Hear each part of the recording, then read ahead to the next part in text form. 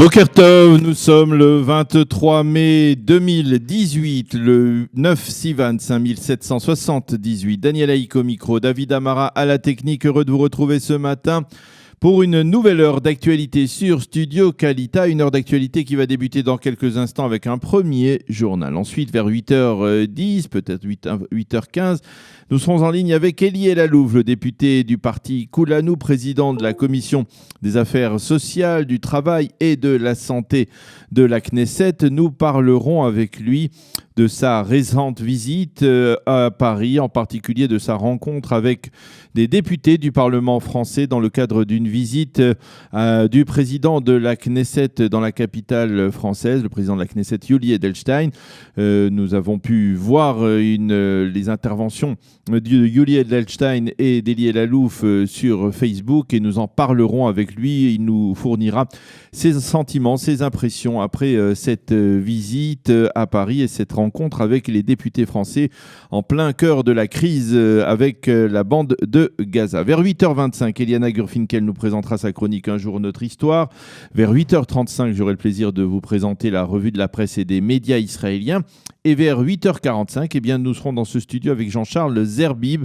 Jean-Charles Zerbib qui aujourd'hui est le représentant français au sein de l'Organisation sioniste mondiale, mais qui sera ici au titre de responsable des EI et il nous parlera de Evelyne Ashkenazi, Zichron Livracha, qui est décédée il y a quelques jours ici à Jérusalem. Evelyne Ashkenazi qui était la présidente des éclaireurs israélites de France, en France et par la suite des anciens éclaireurs en Israël, qui était bien entendu la sœur de Manitou. Nous parlerons de cette personnalité exceptionnelle qui était Evelyne Ashkenazi, donc avec Jean-Charles Zerbib.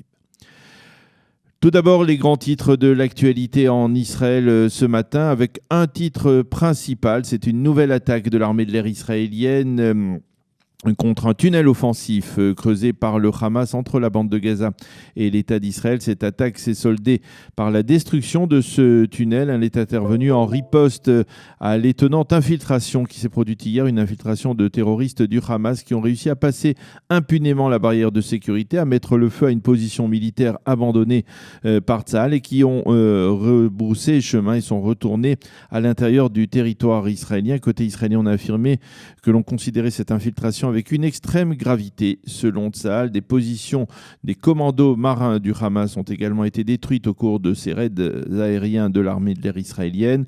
Quant à Yahya Sinwar, le patron du Hamas dans la bande de Gaza, il s'est fait menaçant hier et a affirmé que si des allègements n'intervenaient pas dans la bande de Gaza, en particulier dans le cadre de négociations avec les Égyptiens, des négociations qui se poursuivent actuellement avec les Égyptiens, eh bien son mouvement irait, a-t-il dit, jusqu'au bout de sa confrontation avec l'État d'Israël. 400 pieds de vignes ont été détruits hier près de Khalchoul en Judée, non loin de la ville de Hebron. Il s'agit de vignes qui appartiennent à des Palestiniens et les forces de sécurité estiment qu'il pourrait s'agir là d'une action de sabotage menée par des habitants juifs de la région. Déjà, la semaine dernière, 300 pieds de vignes auraient été détruits dans la même zone, également donc des pieds de vignes appartenant à des Palestiniens. Mais selon les premiers éléments de l'enquête, on a retrouvé sur place des tracts sur lesquels on pouvait lire en hébreu « Halte au terrorisme agricole ».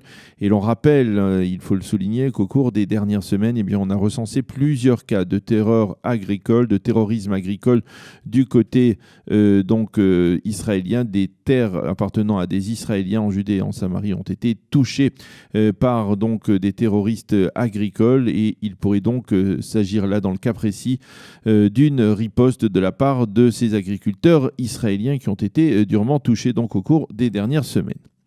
La Knesset doit débattre du projet de loi aujourd'hui même, du projet de loi déposé par les députés Itzik Shmouli du camp sioniste et Avi Ohana du Likoud. Un projet de loi visant à ce que Israël reconnaisse le génocide arménien. Jusqu'à présent, ce génocide n'a jamais été reconnu officiellement par l'État d'Israël et ce afin de ne pas entraver les relations bilatérales très délicate, on le sait, entre Israël et la Turquie. Mais aujourd'hui, en particulier après les déclarations extrêmement virulentes du président turc Tayyip Erdogan, eh bien, côté israélien, de plus en plus de voix se font entendre en faveur d'une reconnaissance de ce génocide arménien, en particulier donc après que Tayyip Erdogan ait proféré des menaces violemment anti-israéliennes, pour ne pas dire antisémites, à la suite des émeutes du lundi 14 mai dans la bande de Gaza. Israël a officiellement protesté contre la parodie à caractère anti-israélien ou même antisémite faite de la chanteuse Netta, lauréate du concours de l'Eurovision de la chanson en 2018, lors d'une émission satirique sur la télévision, sur la télévision hollandaise, non pas jordanienne. En Israël, on affirme que cette parodie était de très mauvais goût et qu'elle a dépassé toute limite. C'est de l'antisémitisme pur et simple, a écrit l'ambassadeur d'Israël en Hollande à la direction de la chaîne de télévision qui a diffusé ce sketch. La direction hollandaise n'a donc pas tardé à réagir en affirmant que l'objectif de ce sketch était certes de critiquer la politique israélienne dans la bande de Gaza, mais certainement pas de porter atteinte à la communauté juive. Et puis les Palestiniens qui entendent voir Israël condamné devant le tribunal international de La Haye risquent d'être déçus. Le procureur général qui a reçu il y a quelques jours la requête déposée par les Palestiniens après les émeutes du 14 mai près de Gaza a expliqué qu'il allait étudier cette requête, mais a-t-il dit à son rythme, et qu'il faudra être patient avant qu'une potentielle enquête puisse être ouverte à ce propos. Lorsque l'on connaît la lenteur de la procédure de cette cour internationale, eh bien on comprend qu'une telle requête pourrait prendre de très longues années.